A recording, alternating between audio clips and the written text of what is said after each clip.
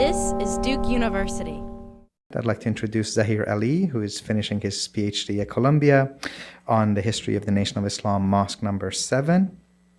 And he's also a recent TV star. If you watch CNN, you have seen the special that they have on Malcolm X, which is being rebroadcast Monday at 9 o'clock. Is that right? They pushed it back to March 9th. March 9th at 9 o'clock. So you can enjoy Zaheer in February and you can enjoy him in March.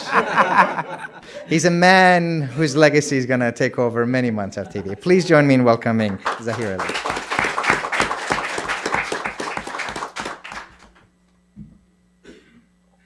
So again, I want to echo everyone's gratitude to the organizers for this conference, for bringing us together to think and contemplate about Malcolm's legacy and also, Malcolm's life was significant, but the circumstances of his death were as significant. And I don't know that, and I won't be focusing on that today, but I want us to think about the circumstances that and the lingering questions in terms of the role of the state in either aiding, abetting, or standing by while he was assassinated. So I'll leave that, and then I just think it's important since tomorrow is the 50th anniversary.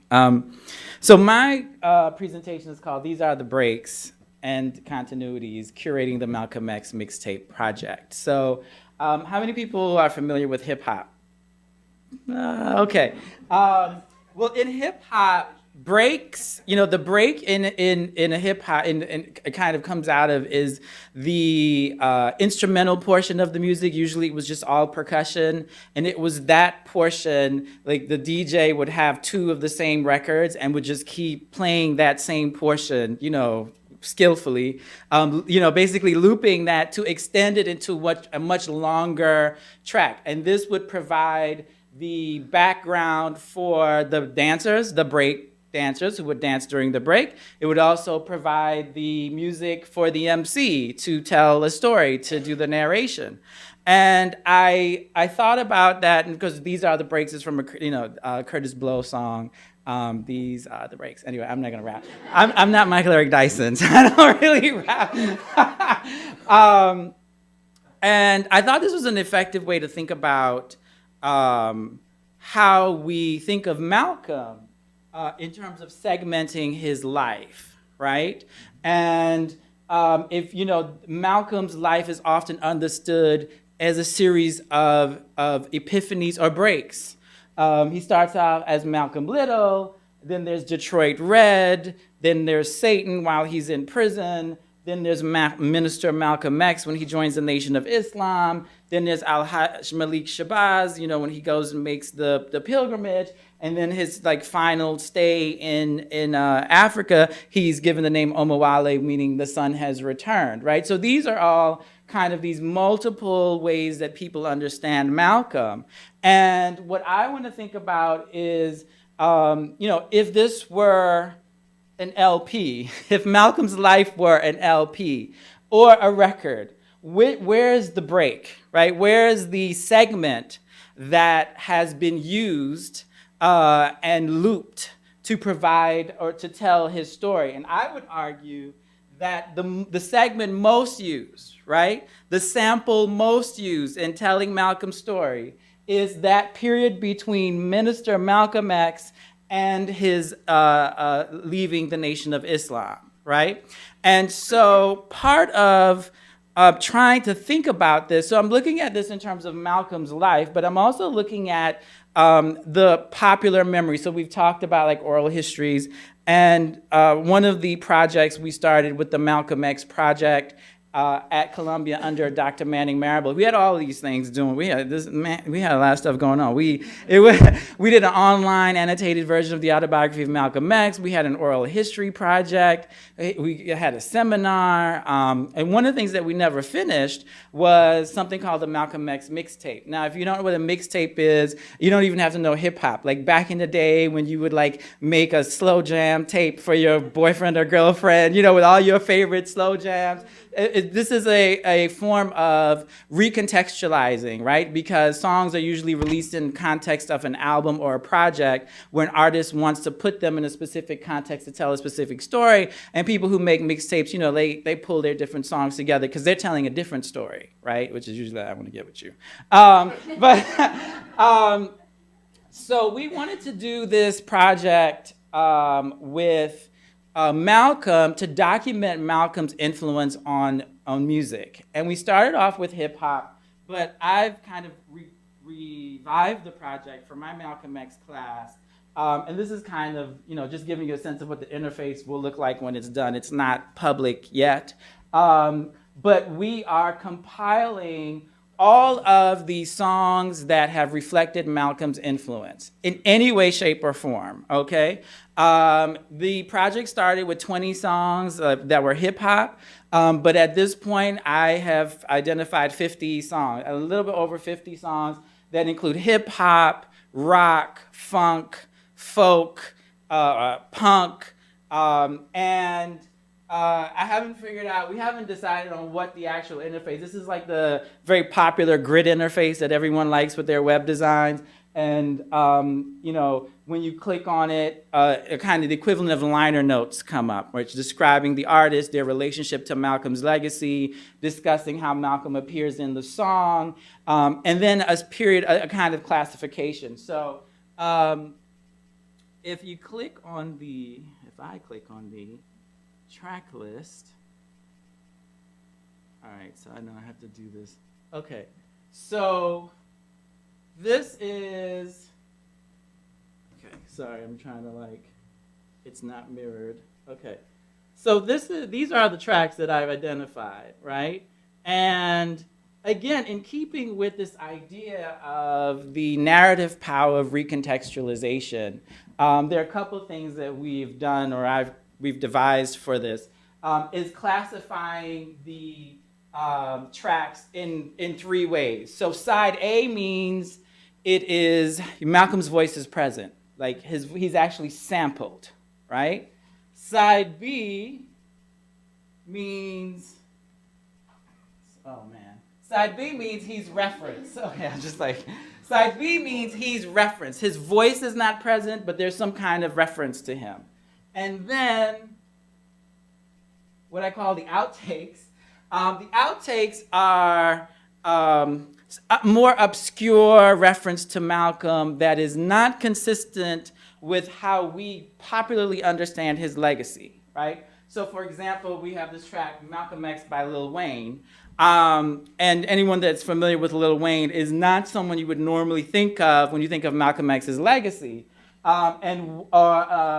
Or Drake has this track Uptown, and only references he talks about he has two black Maybachs cars, and he named one Martin and one Malcolm, right? And that's the extent of the reference. So some of these are really obscure, but they provide, and I use this as a teaching tool. So my students have been assigned these tracks to write the liner notes, and they have to think about what it means to have Malcolm represented in this way. So what does it mean when you call a car Malcolm, right? Or what do you mean when you're Kanye West and you say, I got up, fresh and dressed by any means necessary, right? So we're basically talking about the commodification of Malcolm. But I want my students to get that, right? I want them to think about that. I don't even have Nicki Minaj. If people are familiar, last year, Nicki Minaj had a track called Looking Ass Nigga, and she had a picture of Malcolm, the popular picture of Malcolm holding the rifle looking out the window.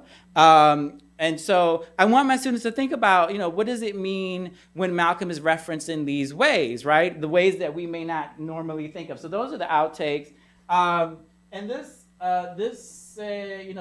chart is, if you click on columns, it'll resort it according to the placement or the year or the genre, the artist. And I think Hisham said, and Hisham is right, Billy Paul was the first artist to sample Malcolm's voice in music. Many people thought it was hip hop, but it was actually Billy Paul. And of course, Billy Paul comes from Philly with the Philly, sound, and there's a whole Muslim story in Philly. Again, so this is something that the students have the responsibility of trying to figure out where these references come from.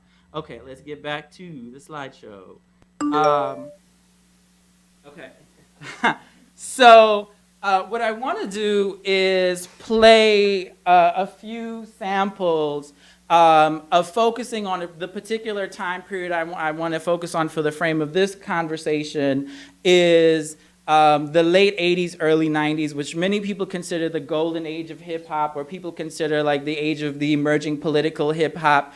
And I want us to think about the ways that, and I said this in the abstract if you read it, the ways that the memories of Malcolm or the memorializing of Malcolm in this time period is ambivalent about his break from the Nation of Islam. And what I mean to say when I say ambivalent, it almost does not recognize a break from the Nation of Islam, right? And I think there are a lot of people, both people who are from the, post-Meccan school of Malcolm, or the people who are the Sunni Muslims who are like, that's not how we should remember Malcolm. We remember Malcolm as Al-Hajj, Malik Shabazz, as well as people who are part of the civil rights triumphalist school, right? That needs to hear Malcolm say brotherhood with white people, right? That's how they're like, this is how Malcolm, and if you look at the academics, right, they've embraced those two, in the late 80s, early 90s.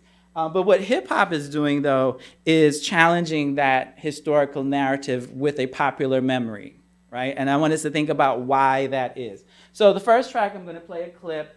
This is from Public Enemy's It Takes a Nation of Millions to Hold Us Back, which was released in 1988. And the song is Party for Your Right to Fight. And hopefully you can understand the lyrics. If not, I can kind of explain it.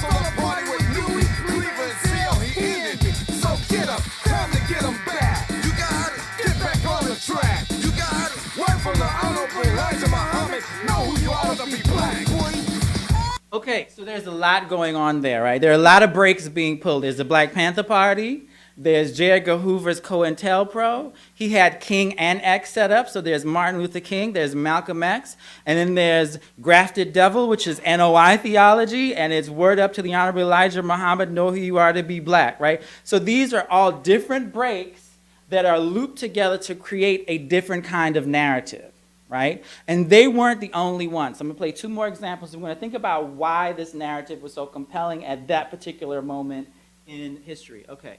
So the second is Poor Righteous Teachers, and the track is, this was from the album Holy Intellect from 1990. I'm not giving all the biographical information on these artists in the interest of time. If you want, we can talk about that. But Poor Righteous Teachers, they were 5%ers, something that Michael Knight has done a lot of work on. So they already had like a kind of connection to this tradition of Islam, right? But I'm going to play the track So Many Teachers, or at least an excerpt of the track.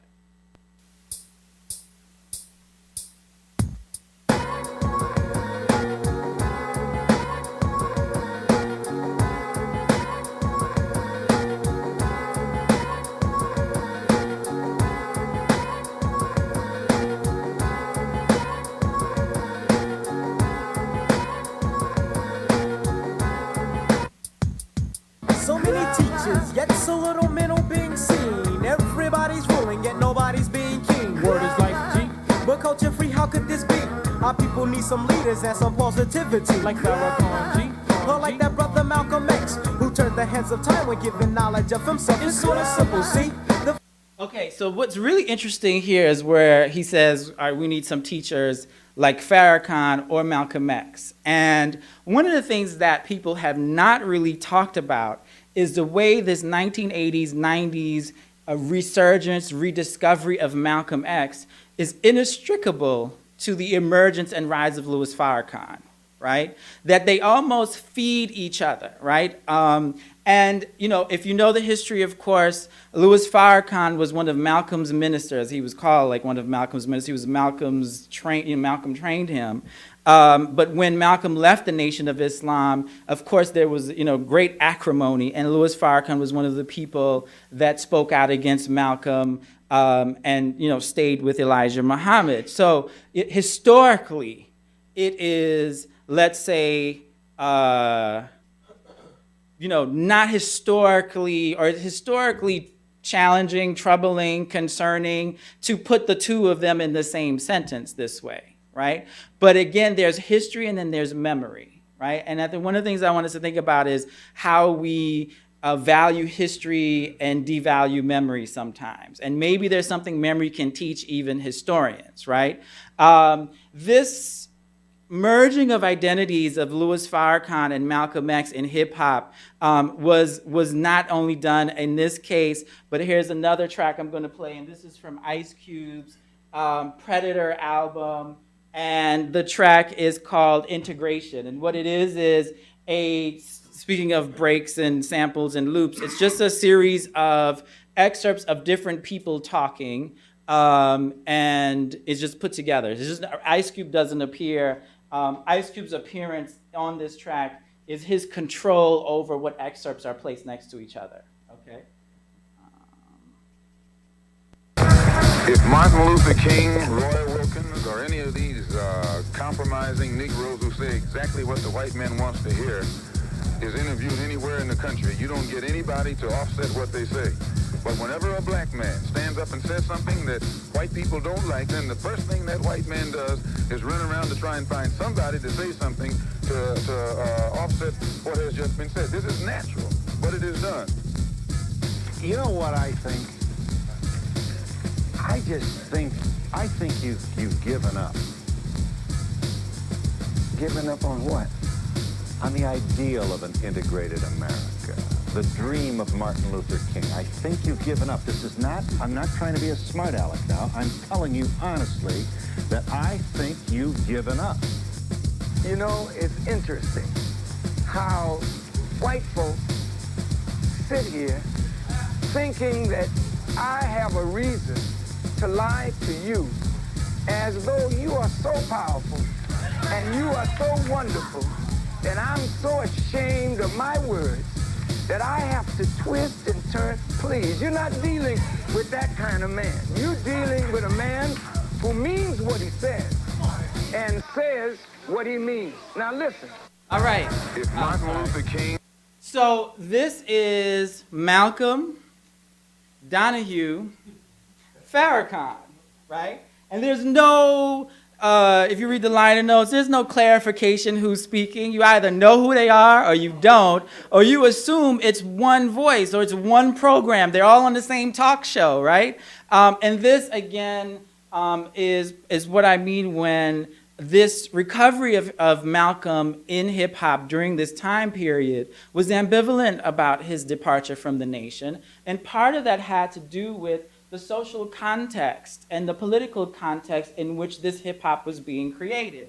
I don't have time to explain all of these factors, but when you look at what was happening in the late 80s and early 90s, these are important structural factors that impacted the communities out of which this art was coming and the communities of people who consume this art. So if you think about, if you're familiar with Wendy Griswold's Culture Diamond, that there are these three contexts in which art is experienced. There's the intention of the artist, right? So the artist has a relationship to the work. Then there is the audience. So the audience has their own relationship to the work that's independent of what the artist intended. And then there's a social context in which this is all happening that has its relationship to the artwork. And in the late 80s, early 90s, we see the impact of deindustrialization, which had begun in the 70s as factories and the sites of labor, of employment, began leaving inner cities were predominantly African American. You have the rise of the prison industrial complex. The United States became one of the top imprisoning countries in the world, right? And this began with the war on drugs that started under Nixon. You have the dismantling of the welfare state under Ronald Reagan, which was part of global dismantling, right? His partner was Margaret Thatcher, right? And the dismantling of the kind of safety net and support systems that allowed many people to survive the first two, right? And the collapse of the Soviet Union kind of threw the progressive left in a tailspin for a little bit, especially the black left, right? As people tried to constitute and mount a challenge to these forces that they could sell as or argue as a viable program, right? Because people were like, oh, communism is the end of history, Fukuyama is the end of history. And then, of course, the rise of neoliberalism, which is dependent on private markets and the privatization of previously publicly provided services, right? So when you have these factors happening, who steps in during this period? Well, there are non-state actors that step in. And in this time period, in these communities, one group of non-state actors that stepped in were members of the Nation of Islam. And I just have one example here, and this is from the first article, The Nation of Islam, a close-knit society, drug patrols improve image of Muslims. It's from 1988.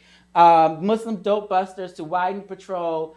So this was in the late 80s, early 90s, members of the Nation of Islam, the men called the Fruit of Islam, began patrolling neighborhoods in anti-crime patrols, right? And so they were doing what the police could not do. They were doing what the police would not do fairly, right? And so they are basically stepping in to provide what should be a state function. But under neoliberalism, the state is withdrawing, right, from these communities. But the presence of the Nation of Islam in these communities and the very clear courtship of hip hop by people like Minister Farrakhan, while you had black preachers bulldozing CDs and hip hop records, Louis Farrakhan was inviting them to his house to talk to them about their message, just like he invited Ferguson protesters to see. We didn't hear that, right? But he's not trying to be Al Sharpton. He's trying to advise from a different place, right? I guess it was recording. Well, it's true. There's a good Washington Post profile that kind of indicates that. Okay, so I say all that to close again with this idea of how we think about history and memory, right? So on the one hand, I'll just give me 30 seconds. So on the one hand, we have tended in the academy to prioritize history because we argue that history is the recovery of the past through some kind of critical engagement with sources, right? And because memory tends to be looked at as personal, as subjective, we tend to not give that the same value. I mean, we've come a long way with treating oral histories as legitimate archives, right? But I would argue that there is something that memory can tell us. Memory can tell us about the context out of which the memories are created. Memory can tell us about the yearnings of the people who are creating or articulating those memories. And memories can ask us to revisit that history, that maybe that break wasn't so great. As May said, I argue that the break that Malcolm had with the nation was not a clean break, it was a shattering, because he left with pieces of the nation and he left the nation with pieces of him. Thank you.